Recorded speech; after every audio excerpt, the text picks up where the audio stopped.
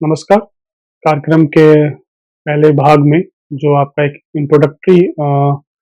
सकते हैं कि चैप्टर कह सकते हैं या इंट्रोडक्टरी भूमिका मतलब इस पूरे इंटर्नशिप प्रोग्राम के लिए एक भूमिका के तौर पे है, जिसमें हम ये जानने की कोशिश करेंगे, विशेषकर वो बच्चे जो अलग-अलग सब्जेक्ट से अपनी शिक्षा ले रहे हैं या अपनी पढ़ाई कर रहे हैं और इंटर्नशिप के इस कार्यक्रम से जुड़े हैं या करना चाहते हैं। सबसे पहले बच्चों की इस इस भाग में इस कार्यक्रम के इस भाग में जैसे आप जुड़े हुए हैं, इसमें हम जाने जानने की कोशिश करेंगे कि आखिर ये इंटर्नशिप कार्यक्रम है क्या? और इसके साथ ही ये आपकी जो इंटर्नशिप है कैसे चलेगी, किन विषयों पे इस पे काम होगा, किन विषयों पे इस पे बात होगा और इसमें किन-किन गतिविधियों में आप जो है पार्टिसिपेट करेंगे और उसमें कैसे जो है इसको आगे बढ़ाना है और वो विषय क्या है जो आने वाले 10-12 दिनों में हम जिस पे हम बात करेंगे, जिसके बारे में आप जानेंगे, समझेंगे और उस पे अपनी बात भी रखेंगे अलग-अलग तरीकों से, अलग-अलग कह सकते हैं गतिविधियों के द्वारा। सबसे पहले तो मेरा नाम डॉक्टर विकास कुमार है और मैं राजनीतिक विज्ञान पढ़ाता हूँ और पिछले कई वर्षों से मैं पर्यावरण उससे संबंधित विषयों पे मैं रिसर्च भी करता हूँ और उस पे अलग-अलग तरीके से लोगों से बातचीत और कक्षाओं में उनको उसके उसके आसपास उससे जुड़े विषयों पे बताने की कोशिश करता हूँ, अपनी बात रखता हूँ।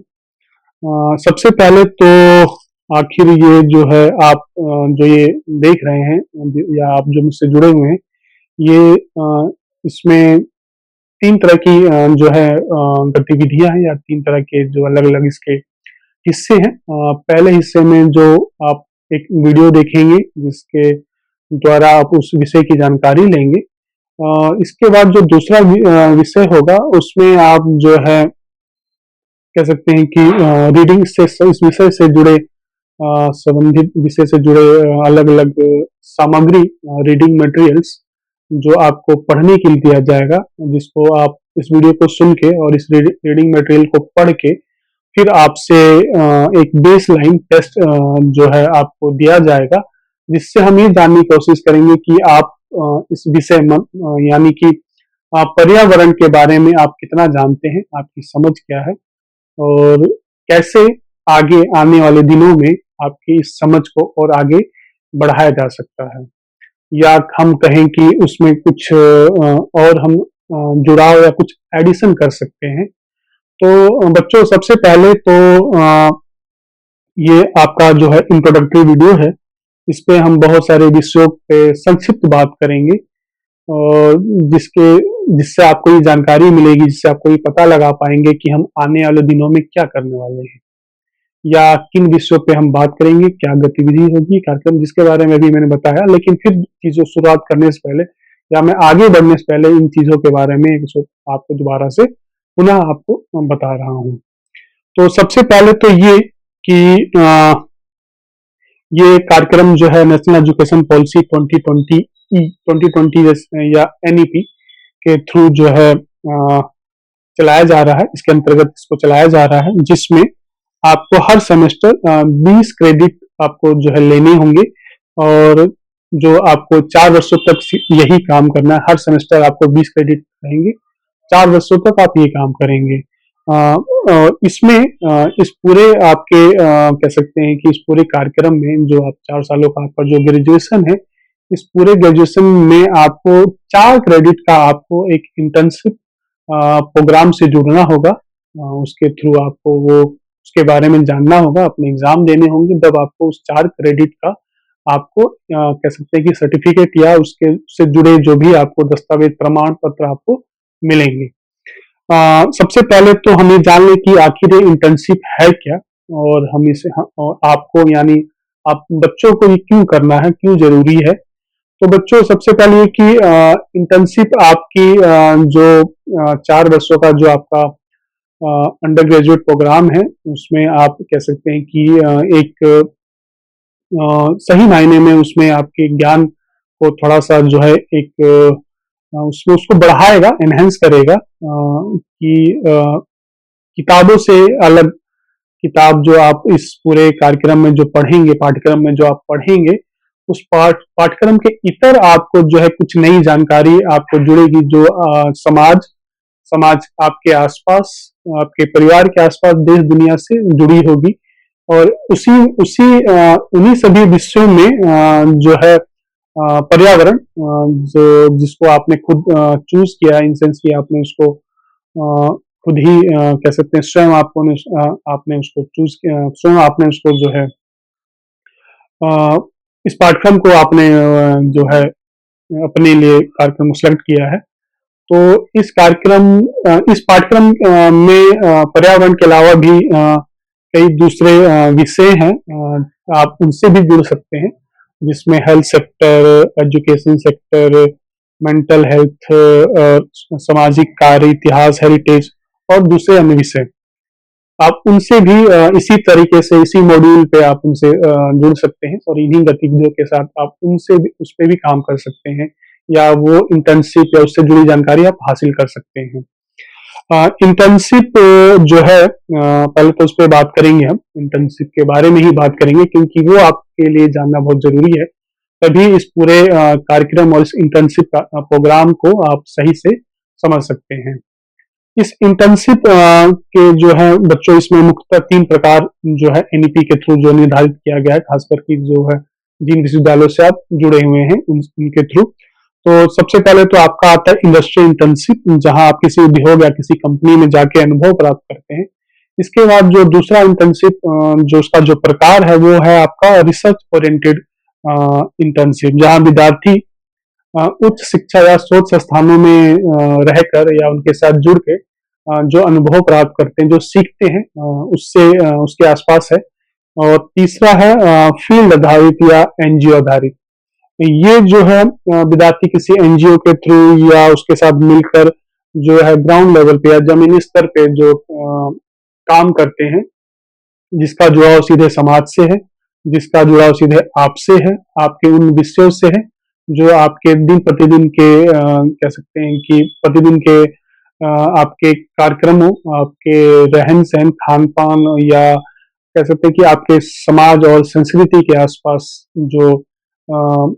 रहते हैं या उसके आसपास से निर्धारित होते हैं। तो या उन गतिविधियों में आप जो शामिल होकर जो अनुभव प्राप्त करेंगे। इसके अलावा इसके अलावा ये और इसके अलावा ये कि आपके पास ये 3 ही क्यों हैं और उन तीनों में फील्ड आधारित या एनजीओ आधारित ही आपके लिए क्यों जरूरी है।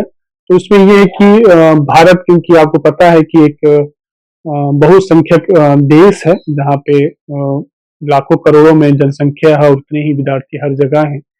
तो जिसके लिए अपर्याप्त सुविधाओं में अपर्याप्त इन सेंस की हम कहते हैं सीमित सुविधाओं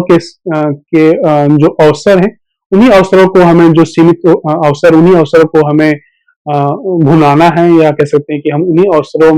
को कह सकते हैं उन्हीं अवसरों को हम चूज करके सिलेक्ट करके या उन्हीं अवसरों के द्वारा ही हम जो है अपने इस पूरे कार्यक्रम को या इस फील्ड आधारित या जो है इसको आगे बढ़ा सकते हैं, जो भी सीमित सुविधाएं हमारे पास हैं। इसके अलावा जो अगली दूसरी बात है वो ये कि विद्यार्थियों को जो है ये भी बताना आपके लिए, मतलब आपको जानना ही बहुत जरूरी है कि जो है आप किसी भी फिजिक्स, केमिस्ट्री, सोशियोलॉजी या किसी अन्य विषय से जो आप पाठ्यक्रम जो है आप कर रहे हैं या उससे जुड़े हुए हैं, वो भी विद्यार्थी या उस तरह उन तक जो मतलब कह सकते हैं कि और भी दूसरे विषयों से जुड़े विद्यार्थी भी इस कार्यक्रम में शामिल हो सकते हैं, इससे जुड़ सकते हैं, इसको कर सकते हैं और उसके द्वारा जो है प्रमाण पत्र हासिल कर सकते हैं। उसके लिए कोई विषय कोई निश्चित नहीं है कि उसकी कोई सीमा नहीं है या वो कोई ऐसा बाध्य नहीं है कि मुझे इस विषय में मैं इस विषय से हूँ तो उस विषय से ही करूंगा। जैसे कि मान लीजिए मैं उदाहरण के तौर पे कि मैं केमिस्ट्री से जो है पाठ्यक्रम कर रहा हूँ, तो ये जरूरी नहीं कि केमिस्ट्री से जुड़े ही गतिविधियों में मैं शामिल हूँ। आप समाज या दूसरे अलग अलग विषयों में या कहीं भी अपनी जहाँ आपकी रुचि बनती है, जहाँ आपको लगता है कि मैं उसके बारे में कम जानता हूँ या जहाँ आपके पास अल्प ज्ञान है, आप उन विषयों पे भी काम कर सकते हैं। वो सभी विषय आपको जो है फायदा कह सकते हैं कि आपके ज्ञान में बढ़ोतरी करेंगे। तो ये सारी चीजें इस भाग में है। दूसरा कि ये सारे जो फील्ड आधारित जो या एनजीओ आधारित जो इंटर्नशिप है, ये आपको एक एक्सपोजर देता है। ये एक्सपोजर देता है कि आप समूह से बात करते हैं, समूह से जुड़ते हैं, समाज से जुड़ते हैं, और एक इनोवेटिव आइडिया आपको जो है मिलता है कि जिससे आप ये पता लगा सकते हैं या ये आप इस तरह की जो कदम या गतिविधियों में भाग ले सकते हैं जो आपको समाज से सीधा जुड़ने में आपको जो मदद करे या समाज से जुड़े समस्याओं को हल करने में आपका योगदान या आप उसमें योगदान कर सके या आपकी भूमिका उसमें सुनिश्चित हो। इसके अलावा आप जो है इससे इन विषयों पे जो तो पहले आप इस वीडियो के थ्रू आप सीखेंगे, दूसरा फील्ड विजिट करेंगे, कुछ डेटा भी इकट्ठा कर सकते हैं, कुछ रिपोर्ट भी लिखेंगे इसके अलावा, और नए अनुभव या नए लोगों से मिलेंगे। तो ये पूरे ही जो फील्ड आधारित इंटर्नशिप है, इसमें आप इन सब चीजों पे इन सारी गतिविधियों में शामिल होंगे, इस पे बात करेंगे। इसके अलावा हम आपको ये बताना आवश्यक है कि जो मोटा मोटी जो आम चीजें हैं कि आपकी इंटर्नशिप कैसे चलेगी, किन विषयों पे आपको काम करना होगा, आपको किन गतिविधियों में भाग लेना होगा और किस प्रकार आप प्रोजेक्ट को पूरा करेंगे। तो इन सारी चीजों पे आप देख सकते हैं, बात कर सकते हैं। ठीक है।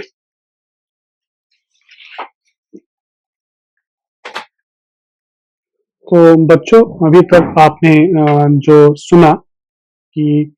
इंटर्नशिप क्या है, कार्यक्रम पाठ्यक्रम क्या है, कैसे आप इससे जुड़ सकते हैं और किन अलग अलग तरीके के अलग अलग प्रकार के जो इंटर्नशिप आपने उसके बारे में जाना, समझा, और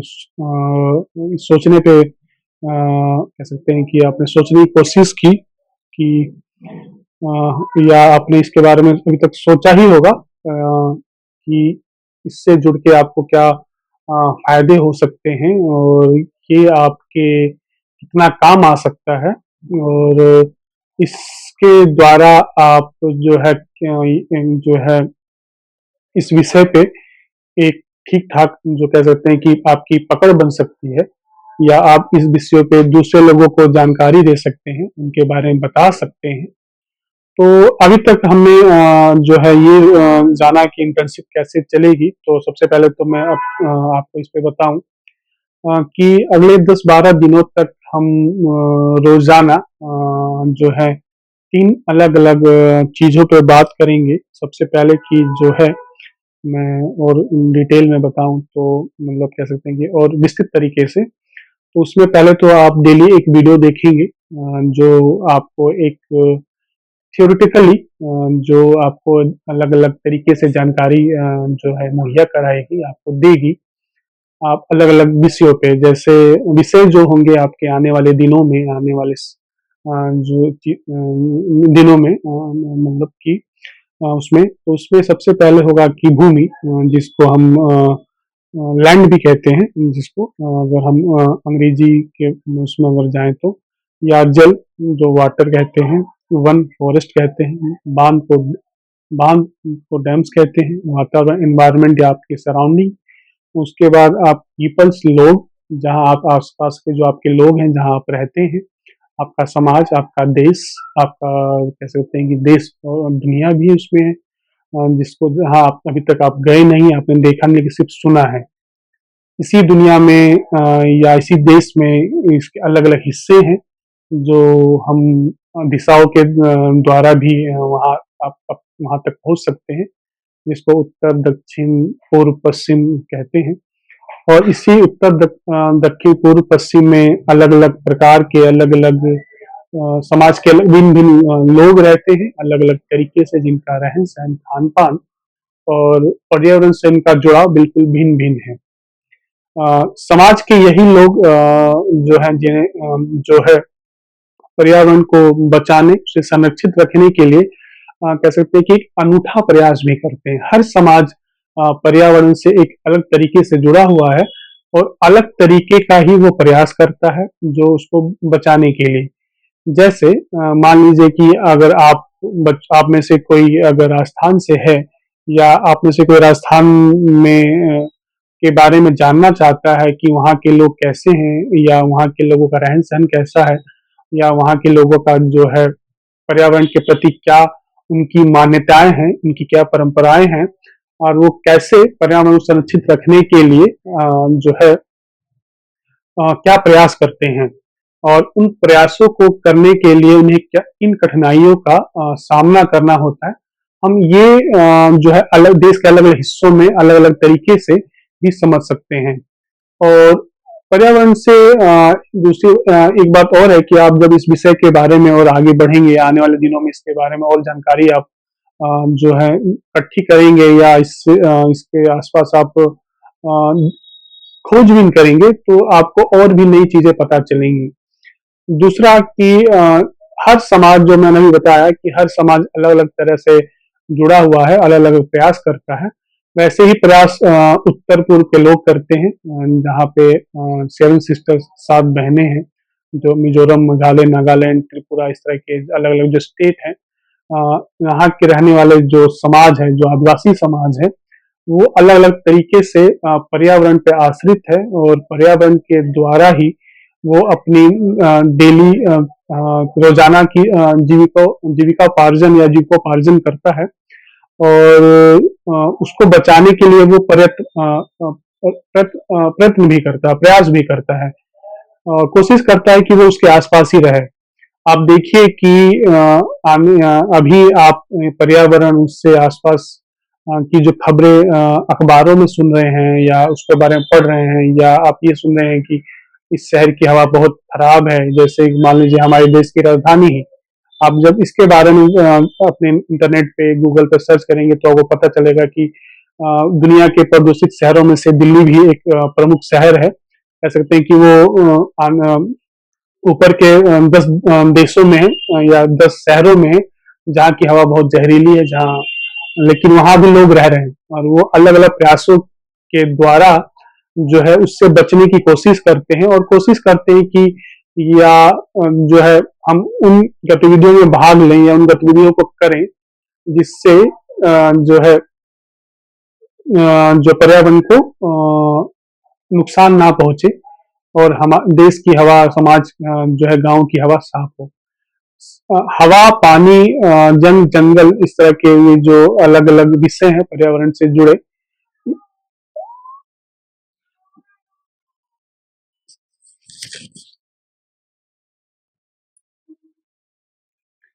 तो जो है हम बात कर रहे थे कि प्रदूषण कैसे आज एक प्रमुख मुद्दा है या प्रमुख विषय है। मुद्दा उनके लिए जो इसके आसपास राजनीति करते हैं, विषय उनके लिए है जो जो इससे प्रभावित होते हैं, जो जिसके उनके जीवन पे इसका प्रभाव पड़ता है, जो कठिनाइयाँ आती है जीने में। तो ये दोनों ही तरह से जो प्रदूषण आज के समय में एक मुद्दा भी है और एक कह सकते हैं विषय भी है। और इसके साथ जो है एक जो बहुत जरूरी है, बहुत महत्वपूर्ण है, वो है ग्लोबल वार्मिंग का। और ऐसे और भी विषय हैं जो जल प्रदूषण है, वायु प्रदूषण है, ध्वनि प्रदूषण, जो आज के समय आने वाले समय में एक महत्वपूर्ण विषय भी बन सकता है और एक मुद्दा भी बन सकता है, जिससे लोग जिसका प्रभाव लोगों के जीवन पे रहेगा और पड़ेगा। तो ऐसे बहुत सारे विषय जैसे भूमि प्रदूषण है, इसके बाद में है जो है वनों की कटाई है और जो है ऊर्जा का शरण है या ऊर्जा का अत्यधिक उपयोग है। ऐसे बहुत सारे पर्यावरण के अंदर विषय जो है शामिल हैं जिन्हें हमें जानना जिन्हें हमें जानना जरूरी है। इन विषयों का हमें जानना जरूरी है और इनके बारे में बात करनी जरूरी है अपने पहले तो अपने समूह में। समूह मतलब कि जैसे मान लीजिए आप विद्यार्थियों का एक समूह बना के भी इन विषयों पे आप बात कर सकते हैं, इन विषयों पे बहस कर सकते हैं और समाज के दूसरे लोगों से भी इन विषयों या समाज के दूसरे जो कह सकते हैं कि जो बुजुर्ग हैं, जो अनुभवी लोग हैं, उनके उनके साथ भी आप इस पे बात कर सकते हैं। तो पर्यावरण से जुड़े विषय इसलिए बहुत महत्वपूर्ण है क्योंकि इनका जुड़ाव आपसे है, इनका प्रभाव आपके ऊपर होता है, समाज के उन वर्गों पे होता है जो कह सकते हैं कि जो अंतिम पंक्ति में रहते हैं या अंतिम स्थान पे अंतिम स्थान जिनका होता है, जो पूरी तरह से जो है इस पर्यावरण पे ही आश्रित है या पर्यावरण से ही जो है उनका खान-पान है, उस पे ही निर्भर है। तो ऐसे बहुत सारे विषय हैं जो पर्यावरण के आसपास है। पर्यावरण को बचाने उसे संचित रखने के लिए देश में एक दिन ऐसा रखा गया है, एक निर्धारित किया गया है जो पर्यावरण के लिए हम एक संकल्प लेते हैं, एक हम कह सकते हैं कि एक उद्देश्य बनाते हैं, योजना बनाते हैं कि आने वाले अगले पर्यावरण दिवस पे हम क्या-क्या करने वाले हैं या क्या हमें करना चाहिए जिससे हम पर्यावरण को बचा सकें। वो दिन जो है वो 5 जून है, 5 जून को हम पर्यावरण दिवस मनाते हैं, एक संकल्प लेते हैं, एक योजना बनाते हैं, तो इसके आस-पास चीज़ें हम करते हैं। इसके अलावा जो पर्यावरण है उसकी परिभाषा बहुत ही कह सकते हैं कि अब बहुत एक बृहत हो चली है। उसमें अलग-अलग प्रकार के विषय जुड़ते जा रहे हैं जो इस पूरे ही पर्यावरण के जो एक पारंपरिक जो वायु, जल, मिट्टी जीव-जंतु तक जो सीमित थी, उससे बहुत आगे कह सकते हैं कि वो बढ़ चली है, आगे बढ़ गई है और उससे हम सिर्फ जो है अजैविक और जैविक तक ही नहीं सकते, वो सामाजिक और सांस्कृतिक परिधियों को भी उसने अपने में समेट लिया है, अपने में शामिल कर लिया है। वो उसमें जैसे कि मान लीजिए अगर हम बात करें, अगर हम इन तीनों को अलग-अलग तरीके से परिभाषित करें या परिभाषित करने की कोशिश करें, तो सबसे पहले तो हम कहेंगे कि अजैविक जिसका विवरण ये है कि वायु, जल, तापमान, मिट्टी, खनिज आदि-आदि। ऐसे ही जैविक जो है घटक है इसका जो है जिसमें मनुष्य, पशु, पादप, सूक्ष्म जीव आदि कई जीव ऐसे जिन्हें हम देख नहीं सकते हैं, उनको सूक्ष्म जीव वगैरह भी कहते हैं। कुछ चीज़ें हमें दिखाई देती हैं अपने आस-पास जिससे हम खास करके ग्रामीण क्षेत्रों में गाय, बकरी, भैंस, घोड़ा, गधा इस तरह की जो चीज़ें हमें दिखाई देती हैं, वृक्ष वगैरह जो हम खुले आँखों से देख सकते हैं। जिनका प्रयोग ग्रामीण बहुत अपने रोज़मर्रा के जीवन में भी करते हैं, उनसे उनकी मदद भी लेते हैं और उनसे प्राप्त उत्पादों का वो सेवन भी करते हैं। इसी तरह से जो हमारा सामाजिक और सांस्कृतिक घटक है उस घटक में जो है वो जो मानव निर्मित है, मानव निर्मित संस्थान है, परंपराएँ हैं, तकनीक है और अर्थव्यवस्था। ये सारे ही चीज़ें कह सकते हैं कि इस पर्यावरण के लिए बहुत ज़रूरी है। अभी तक अगर हम बात करें अगर हम थोड़ा-सा पीछे की तरफ लौटें, तो हम देखेंगे कि सरकारें या सरकारों के लिए पर्यावरण का की सुरक्षा कोई एक महत्वपूर्ण विषय नहीं हुआ करती थी या पर्यावरण को बचाने के लिए मतलब सिर्फ समाज ही उसके लिए काम करता, लेकिन शासन इससे दूर रहता था या शासन के लिए विषय होते हुए भी बहुत महत्वपूर्ण नहीं था। शासन सिर्फ अर्थव्यवस्था और समाज या जनसंख्या इन्हीं के बारे में बात करता था, बाजार के बारे में बात करता था, लेकिन बाजार के साथ-साथ पर्यावरण भी शासन और सरकारों के लिए महत्वपूर्ण हो चला है और इस पे अब बात होने लगी है सिर्फ देश जगत में नहीं बाकी वैश्विक पटलों में भी इस पे बात होने शुरू हो गई है और ग्रामीण चेतना एक या लोगों में इसकी चेतना भी अब जो है कह सकते हैं कि चेतना जगी है लोग इसके लिए प्रयासरत हैं। ऐसे ही अगर हम अगर अपनी हम इस पे ऐसे ही हम इस पे अगर बात करें तो हम या आपको पता भी होगा बच्चों कि हमारे ही देश में के एक हिस्से में चिपको मूवमेंट जो चिपको आंदोलन चलाया गया था। ये मतलब एक कह सकते हैं कि एक कहानी की तरह है कि गाँव के वहाँ के लोग जो हैं जब वहाँ के कुछ कह सकते हैं कि प्राइवेट कॉन्ट्रैक्टर जो पेड़ों की कटाई करते हैं, वृक्षों की जो कटाई करते हैं, वो जब काटने गए तो वहाँ के लोगों ने उस पेड़ों से चिपक गए और उसको कह सकते हैं कि उसको बचाने के लिए कहा कि पहले हमें काटिए फिर आप पेड़ों काटिएगा। ऐसी कई प्रकार की जो अलग-अलग गतिविधियाँ वहाँ के ग्रामीण लोगों ने, वहाँ के समाज ने किया, जिससे वहाँ की पेड़ों की जो कटाई है वो रुक चले और सरकार के ऊपर एक आंदोलन के तहत एकजुट होके उन्होंने उसके ऊपर एक प्रेशर बनाया कि सरकार ऐसा होने से रोके, सरकार ऐसा ना करे और इसके लिए जिस जो कह सकते हैं कि देश में एक आधार है पर्यावरण आंदोलनों के विषय में ये एक आधार की तरह काम करता है। इससे ही लोग इससे काफ़ी लंबे समय तक इस पे बातचीत की गई और इसको स्कूली और कॉलेजी शिक्षा विश्वविद्यालय शिक्षा में इसको शामिल भी किया गया चिपको आंदोलन। ऐसे ही आंदोलन कई अलग देश के अलग-अलग हिस्सों में हुए जो पर्यावरण को बचाने, पर्यावरण को संरक्षित रखने के लिए किया गया और ऐसे ही पर्यावरण शिविर लगाए गए, पर्यावरण मंच बनाए गए, जिनके द्वारा पर्यावरण के ऊपर बहस की गई, उस पर बात की गई, लोगों को जागरूक किया गया। तो ऐसे बहुत सारे कार्यक्रम जो है देश के अलग-अलग हिस्सों में, अलग-अलग कोनों में चलाए गए जिस क्योंकि ये सारे कार्यक्रम, हिस्से, शिविर और मंच ये आपको बताते हैं कि आज क्यों पर्यावरण सभी विषयों से अत्यधिक ज़रूरी एक विषय है और इसके बारे में क्यों हमें जानने की ज़रूरत है, क्यों हमें इस पे बात करने की ज़रूरत है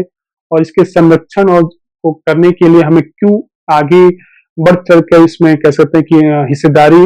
देनी या करनी ज़रूरी है। ये ज़रूरी है। तो ऐसे ही पर्यावरण कह सकते हैं कि जो है अ अ, या पर्यावरण से जुड़ी जो समस्याएँ हैं जिसके बारे में हमने बात किया और ये समस्या किन चीज़ों से होती है, कैसे होती है? अगर हम बात करें वायु प्रदूषण से, तो आप देखेंगे कि आपके आस-पास उद्योग धंधे उद्योग मतलब क कल कारखाने खुले होंगे या आपके आस-पास या आपके घरों में भी जो है वाहन का प्रयोग होता होगा। तो इन वाहनों से और इन्हें और इन कल कारखानों से निकलने वाली जो अ कह सकते हैं कि जो धुआँ है या जो हवा है वो हमारे पर्यावरण को या हमारे आसपास की हवा को जहरीला करता है या उसको दूषित करता है। जो जो एक तरह से वायु प्रदूषण का एक घटक बनता है या उसका एक प्रमुख कारक है। जब आप घर से बाहर निकलें खासकर वो लोग जो शहरों में रहते हैं वो देखेंगे कि हमारे जो हमें पानी जो सरकारें उपलब्ध कराती हैं पीने के लिए या जो हम हैंडपंप के द्वारा जो पानी हम पीने के लिए, नहाने के लिए, खाना बनाने के लिए इस्तेमाल करते हैं, उस पानी का, उस जल का जो रंग है उसका जो स्वरूप है, उसमें भी निरंतर जो है बदलाव देखने को मिल रहा है। और ये क्यों होता है? क्योंकि हम अलग-अलग तरीके से हमारे जो जल स्रोत हैं या उनको हम दूषित कर रहे हैं। हम अलग-अलग तरीके से चाहे कल कारखानों का जो अपशिष्ट पदार्थ है, उनको हम जो है खुलेआम जो है बहा रहे हैं नदियों के अंदर, झीलों के अंदर या हमारे जल स्रोतों के अंदर या उन्हें हम सही समय से निपटान नहीं कर पा रहे हैं या उसको बचाने के लिए हम अ अ, मुख्यतः से हम जो है अपनी आवाज़ नहीं उठा पा रहे हैं या सरकारों पे हम ये दबाव नहीं बना पा रहे हैं कि सरकार इन जल स्रोतों को जो है संरक्षित रखे, सुरक्षित रखे। और हमारी भी जो भागीदारी होती है, जो सामुदायिक भागीदारी है, समाज की जो भागीदारी है, समाज उस काम से भी अपने आप को कह सकते हैं कि उसने पीछे हटा लिया है और मतलब हटाने से मेरा मतलब यहाँ पे ये है कि समाज को जितनी ज़्यादा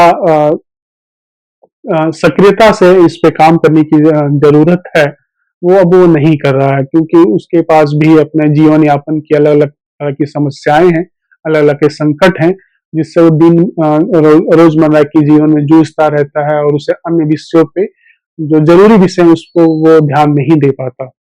ऐसे ही भूमि प्रदूषण है जो कचरा, रासायनिक उर्वरक जो खेतों में हम जो कृषि जो के अंदर इस्तेमाल करते हैं जिससे वो बढ़ता चला जा रहा है। ऐसे ही है जो है हमने बताया था कि नॉइज़ पॉल्यूशन है, शोर-शराबा जो है वो तीखी आवाज़ जो है आपके कानों को चुभती है। हम ये देखिए कि हम जब इस तरह की सड़कों पे जब गुज़रते हैं या जाते हैं, तो हम देखते हैं कि वाहनों का अत्यधिक जो हॉर्न देना भी इसका एक प्रमुख कारण है कि या हम ऊँचे-ऊँचे स्वर में जो गाने बजाने या इस तरह की जो आवाज़ें निकालते हैं, वो भी इसका एक प्रमुख कारक है या कारण है। तो ऐसी बहुत सारी जो है कह सकते हैं कोयला, पेट्रोलियम का जो है उपयोग, वनों की कटाई और औद्योगिक उत्सर्जन जो है, ये सभी कारक जो है पर्यावरण प्रदूषण और उससे संबंधित प्रदूषणों में अपनी कह सकते हैं कि प्रदूषणों को बढ़ाता है, उसको मतलब जो है और कह सकते हैं कि अधिक जो है कह सकते हैं कि बहुत अधिक उसको मैं उसकी जो है क्षमता को अधिक बढ़ाता है, जो जिससे पर्यावरण जो है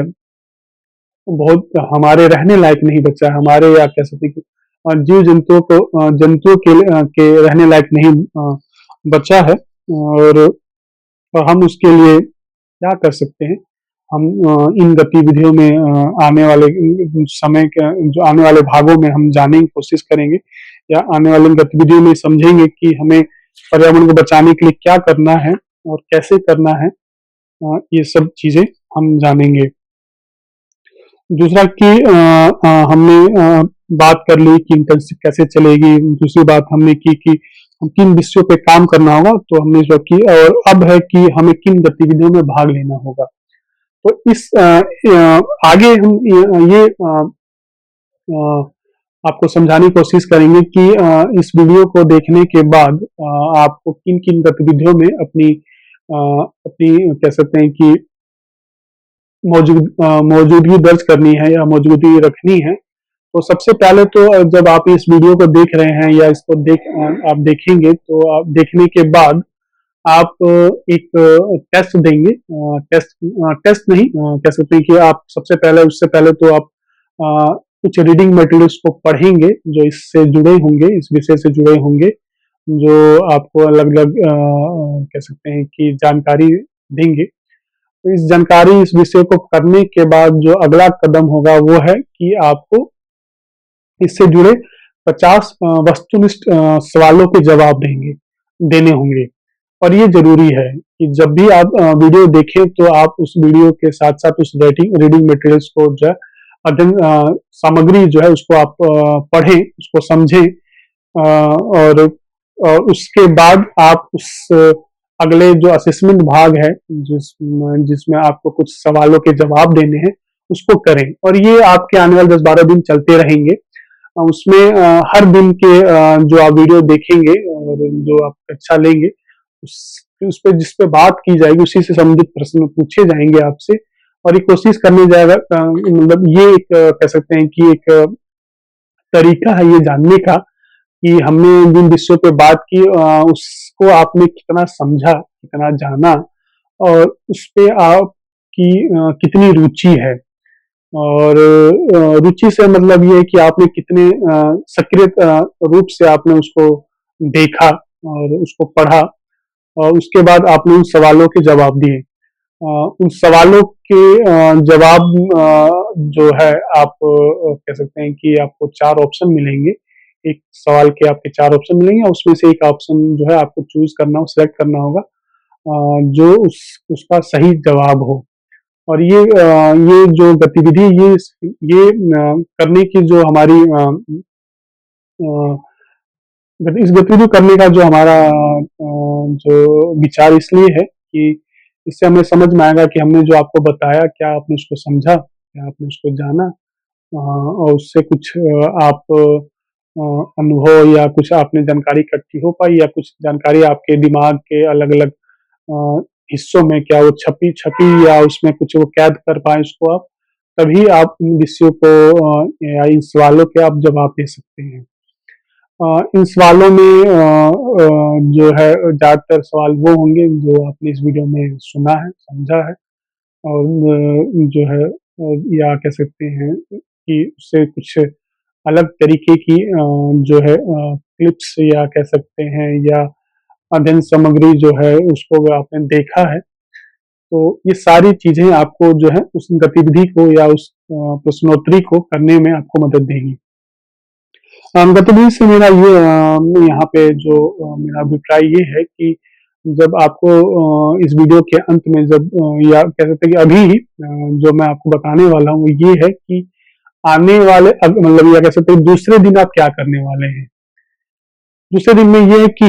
इस वीडियो के माध्यम से हम आपको बताएंगे कि आप समाज के हिस्से में जाइए। जैसे मान लीजिए कि हम बात कर रहे हैं, विषय जो है हमारा विषय जो हमारी भूमि है या लैंड का है। तो जब आप गतिविधि या कह सकते हैं कि जो आपका फील्ड विजिट वाला जो आपका दूसरा जो है पाठ्यक्रम का दूसरा जो भाग है, उसको जो आप करने जाएंगे तो आप देखेंगे कि आपको ये पता लगाना होगा, ये आपको आपको उदाहरण के तौर पे कि आपको ये करना होगा कि आप अपने आसपास के क्षेत्र में या अपने आसपास के इलाके में जाएं और आप देखें कि वहाँ पे भूमि का जो कह सकते हैं कि जो बंटवारा वो कैसे हुआ है, भूमि किन किन हिस्सों में भूमि को जो है बांटा गया, क्या भूमि के कितने या कह सकते हैं कि भूमि के कितने हिस्से में जो खेती होती है, भूमि का कितना हिस्सा जो है बंजर है, कितने हिस्सों में नदी है, तालाब है, कितने हिस्से में जो है घर है, या कितने हिस्से जो है खाली पड़े हैं, या जहाँ पे या कितने हिस्सों में चारागाह बनाया गया है जहाँ सामूहिक रूप से जो है आपके जो पशु हैं वो वहां पे जाके अपने जो है अपने आहार को प्राप्त करते हैं या उनसे वो जो है उनको चारा मिलता है। तो आप जब घर से बाहर निकलेंगे या जब अपने विद्यालय से बाहर जाएंगे तो आपको आपके जब आप या विद्यालय से घर या घर से विद्यालय आप जब आते जाते हैं तो आपको वो दिख जाएगा कि किन विषयों किन क्षेत्रों में या किन किन किन क्षेत्रों में या किन की हिस्सेदारी बहुत ज्यादा है। या आप कहीं ये दिख सकता है कि कहीं जो है घर बहुत ज्यादा है, कहीं हो सकता है कि आपको सिर्फ नदी वहां ज्यादा है, कहीं आपको दिखेगा सिर्फ खेत ज्यादा है, वहां कुछ और नहीं है, कहीं दिखेगा कि एक खुला जो है खेलकूद का मैदान है जहाँ पे कोई खेती नहीं, कोई वृक्ष नहीं है, कोई कुछ नहीं, कहीं आपको दिखेगा सिर्फ आम के बागान है, आप या बगीचा दिखेगा आपको। और तो ये सब गतिविधियों के जो है उसके भाग हैं, उसके कह सकते हैं उन सभी चीजों का जो इस वीडियो के देखने के बाद और दूसरे दिन आपको ही करना है। ऐसे ही आप जो है जल भी देख सकते हैं कि भाई कितने, या आप देखेंगे कि भाई आपके यहाँ जो है खेत नहीं है, आप देखेंगे कि आपके यहाँ जो है वन नहीं है। तो क्यों नहीं है, खेत क्यों नहीं है, वन क्यों नहीं है, ये आप इन कारणों का भी आप जो है अपनी गतिविधियों में शामिल कर सकते हैं कि आखिर हमारे यहाँ खेत क्यों नहीं है, या थे तो कहाँ गए, कितने दिन पहले तक थे, कितने वर्ष पहले तक थे, है ना। और बगीचा नहीं तो बगीचों के साथ क्या हुआ, क्या वहाँ के लोग जो है बगीचा नहीं लगाते हैं या उसको बनाने की कोशिश नहीं करते, या लोगों के पास थे लोगों ने उस पर घर बना लिए। तो ऐसे बहुत सारे जो है सवाल या इस तरह की चीजें आपके दिमाग में आएगी, या आपको इनके बारे में जानकारी इकट्ठी करनी है कि कितने ज्यादा लोग आज भी खेतों में काम करते हैं, आपके गांव के या आपके शहर के। या आप जब लोगों से बात करेंगे तो उनसे जुड़ेंगे तो आपको बताएंगे कि हम पहले खेती करते थे, आज जो है हम लेबर का काम करते हैं, या हम फैक्ट्री में काम करते हैं, या हम शहरों में जाकर काम करते हैं। तो आखिर ऐसा क्यों हुआ कि जो है या कि लोग जो है पहले खेत छोड़ के अब जो फैक्ट्री में काम करते हैं, या फिर आप देखेंगे कि आपके यहाँ जो खेत हैं अगर है तो आपके यहाँ जो खेत हैं बचे हैं, और देखिए कि वहाँ उन किस तरह की जो है वहाँ खेती की जाती है, उन खेती करने का उनका तरीका क्या, किन वो टूल्स का, किन उन माध्यमों का प्रयोग अपनी खेती करने के लिए करते हैं। क्या वो आज भी जो है बैलों का सहारा लेते हैं या ट्रैक्टर के थ्रू जो है खेतों की जुताई करते हैं, क्या किन तरीकों का, किन माध्यमों का सहारा लेते हैं, उनमें कौन से किस प्रकार के जो है पैदावार की जाती है। आप इन सभी चीजों के बारे में, इन गतिविधियों के बारे में आप पता लगाएंगे, आप उसके बारे में जानकारी इकट्ठी करेंगे। ऐसे ही जो है आपके यहाँ कितने बांध बने हैं, क्या नदी है आपके यहाँ, आप ये भी आप देख सकते हैं, ढूंढ सकते हैं कि आपके यहाँ कितनी नदी है तो क्या वो सूख गई है, क्या उसका भाग जो है सिकुड़ गया है। आप इन सवालों के भी आप जो है जवाब ढूंढ सकते हैं। क्या उन नदियों पर बांध बनाया गया और उस बांध की क्या उपयोगिता है,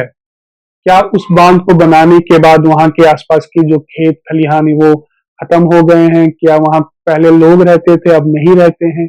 क्या वो आपके यहाँ बाढ़ को आने में रोकता है, या वो उसका कोई उपयोग नहीं है, कि पहले उसका उपयोग था आज उसका उपयोग खत्म हो गया। क्या ऐसे भी कुछ बांध हैं,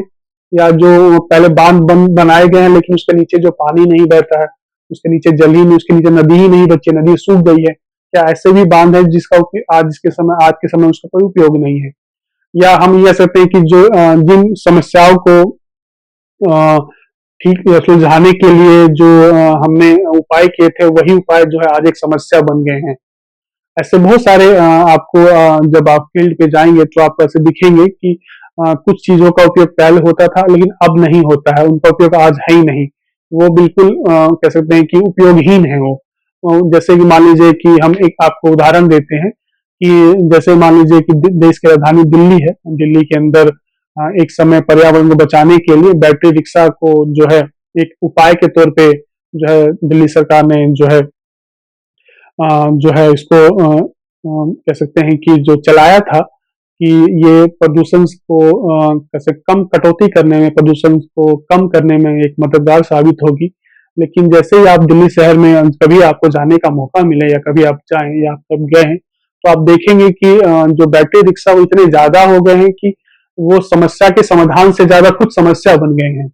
या कह सकते हैं कि आपके यहाँ यातायात आप देखेंगे कि यातायात पहले कुछ लोगों के पास थी, आज बहुत से ज़्यादा लोगों के पास हो गई है या इतनी ज़्यादा लोगों हो गई है कि शहरों पे जगह नहीं है उनको चलाने के लिए और वो जाम का कारण बनती है, जो प्रदूषण को बढ़ावा देता है। ऐसी बहुत सारी चीज़ें हैं या आप देखेंगे कि ऐसी बहुत सारी परियोजनाएँ बनाई जा रही हैं जिनका समाज और उस तरह से कह सकते हैं उसका उनसे कोई लेना-देना नहीं है। तो आप उन कह सकते हैं उन विषयों को भी अपनी इस गतिविधियों में शामिल कर सकते हैं जिससे आपको ये समझ में आएगा कि क्या आपके लिए ज़रूरी है, क्या इस समाज के लिए ज़रूरी है, क्या इस पर्यावरण के लिए ज़रूरी है और क्या इसके लिए ज़रूरी नहीं है।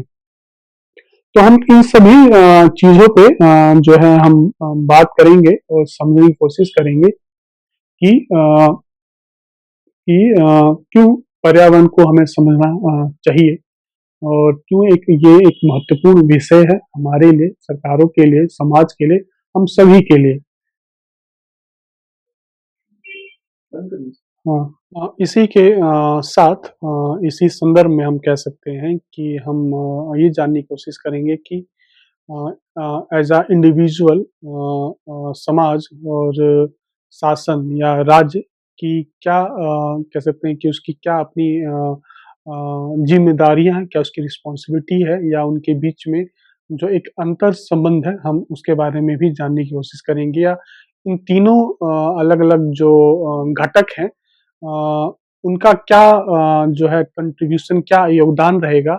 और उन्हें जो है और आने वाले समय में और क्या-क्या करना चाहिए या क्या-क्या ज़रूरी है जिससे हम पर्यावरण को जो है हम बचा सकें, पर्यावरण को हम संरक्षित रख सकें।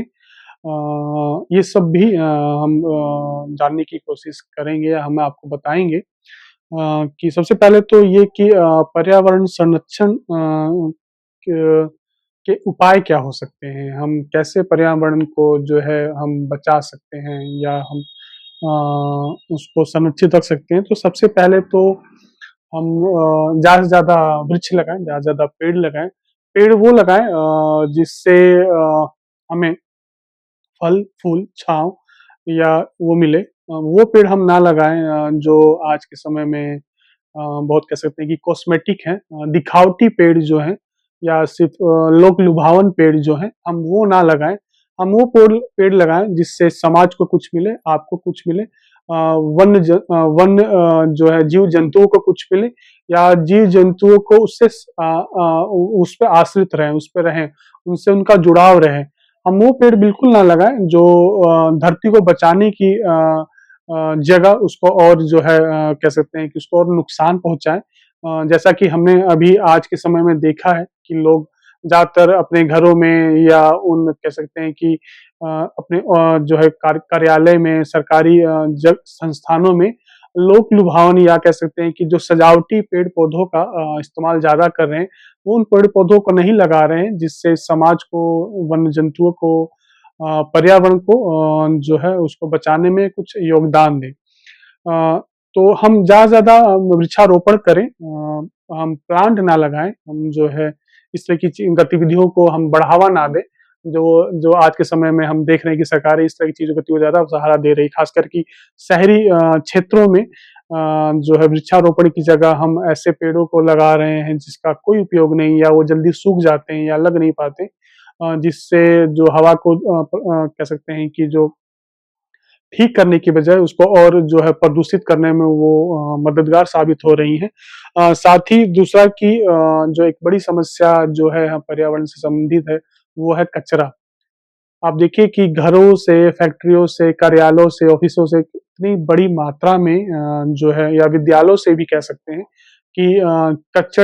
जो कचरा है वो बहुत ज़्यादा निकल रहा है, और इन सभी के द्वारा इनका उचित प्रबंधन नहीं किया जा रहा है। जो हमारे समाज में, जंगलों में, और कह सकते हैं जहाँ खाली पड़े जगहों पे इसका निपटान किया जा रहा है, या जगह बची ही नहीं है। अब ये हमारे आस-पास, हमारे घरों के बाहर, सड़कों पे या ऐसी जगहों पे जो है इनको डाला जाता है, जो जिसका सीधा प्रभाव या सीधा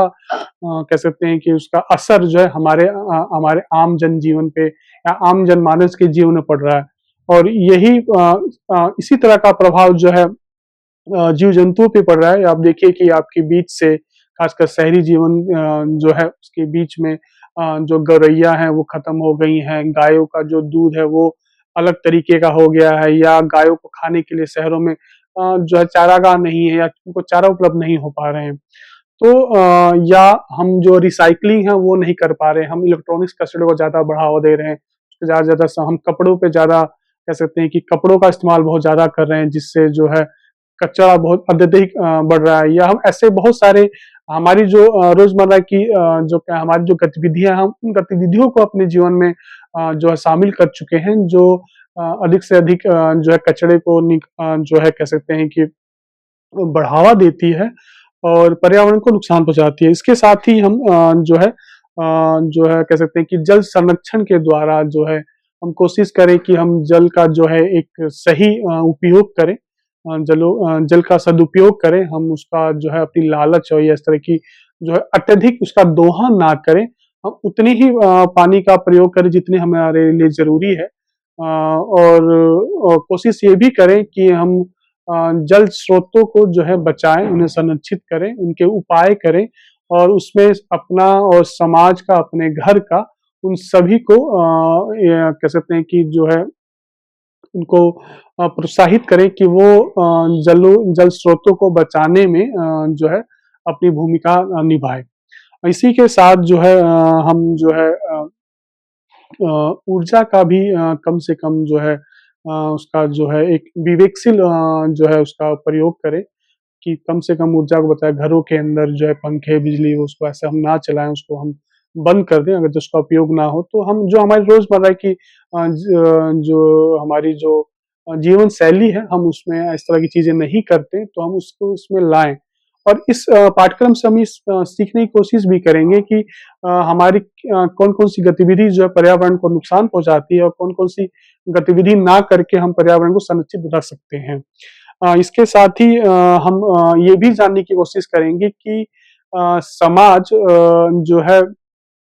कैसे पर्यावरण को जो है आने वाले भागों में हम ये भी जानने की कोशिश करेंगे समाज कैसे पर्यावरण को बचा सकता है। जैसे मैंने अभी एक उदाहरण आपको दिया था कि चिपको आंदोलन, कि कैसे उसने उस पूरे पहाड़ी क्षेत्र में जो है पर्यावरण चेतना को बढ़ाया, और पर्यावरण को संरक्षित रखने में अपनी एक कह सकते हैं कि मुख्य भूमिका निभाई। और आज वो एक उदाहरण है देश के दूसरे हिस्सों के लिए, जहाँ पे पर्यावरण से संबंधित जो समस्याएँ उत्पन्न हो रही हैं। और वो एक अपने आप में एक कह सकते हैं कि एक लैंडमार्क अपने आप में जो है एक उदाहरण है, वो बहुत मतलब कह सकते हैं कि बहुत ज़रूरी उदाहरण है, जिसके बारे में या जिसके उसके बारे में हमें जानना चाहिए, वो कौन से लोग थे जिन्होंने इस आंदोलन में भाग लिया, शामिल हुए, और उन्होंने किन-किन गतिविधियों को इस आंदोलन में शामिल किया, जिससे ये कह सकते हैं कि जो पर्यावरण की जो क्षति है, पर्यावरण को जो क्षरण हो रहा था, वो जो है वो रुक गया, या उसको रोकने में उनको जो है सफलता मिली। इसी के साथ आप देखेंगे कि पर्यावरण से संबंधित सरकार द्वारा, शासन द्वारा कुछ कानून बनाए गए हैं, जो पर्यावरण को जो है बचाने में कह सकते हैं कि उपयोगी साबित हो सकते हैं। ये अलग बात है कि कितने उपयोगी हैं या कितने इनकी उपयोगिता है, वो एक बहस का विषय है। लेकिन हाँ, सरकार ने कुछ कानूनों को जो ज़रूर ही जो कह सकते हैं कि उनको बनाया है, जिसमें सबसे पहले तो ये है कि पर्यावरण संरक्षण अधिनियम 1986, राष्ट्रीय वन नीति 1988, जल प्रदूषण निवारण एवं नियंत्रण अधिनियम 1974 और वायु प्रदूषण निवारण नियंत्रण अधिनियम 1981 और एक है स्वच्छ भारत मिशन 2014। कि किस तरह से ये अलग-अलग कानून हमारे पर्यावरण को जो है बचाने में अपनी भूमिका या अपना अहम जो है योगदान करते हैं। ये भी हमें समझने की ज़रूरत है और आने वाले भाग में हम इन कानूनों के बारे में एक विस्तार से बात करेंगे कि इसके क्या-क्या मुख्य बिंदु हैं और क्या-क्या करने से और क्या-क्या इसके लिए कानूनी प्रावधान हैं कि हमें क्या नहीं करना चाहिए और क्या उसके लिए कोई कानूनी जो है दंड भी है, क्या उन्हें जो है क्या इसकी भी वो कुछ की गई है क्या? खासकर उन फैक्ट्री मालिकों के लिए या उन कह सकते हैं कि उन संस्थाओं के लिए जो पर्यावरण को जो है प्रदूषित करते हैं या उन्हें नुकसान पहुँचाते हैं या व्यक्तिगत जो है व्यक्तिगत रूप से भी क्या कुछ ऐसे प्रावधान भी किए गए हैं, नियम बनाए गए हैं जो पर्यावरण को जो है नुकसान पहुँचाने से या पर्यावरण को नुकसान करने पे हमें मिल सकते हैं या हमें दंड दिया जा सकता है। इस तरह की चीज़ें भी हम जानने की कोशिश करेंगे। तो इसी के साथ इस भाग में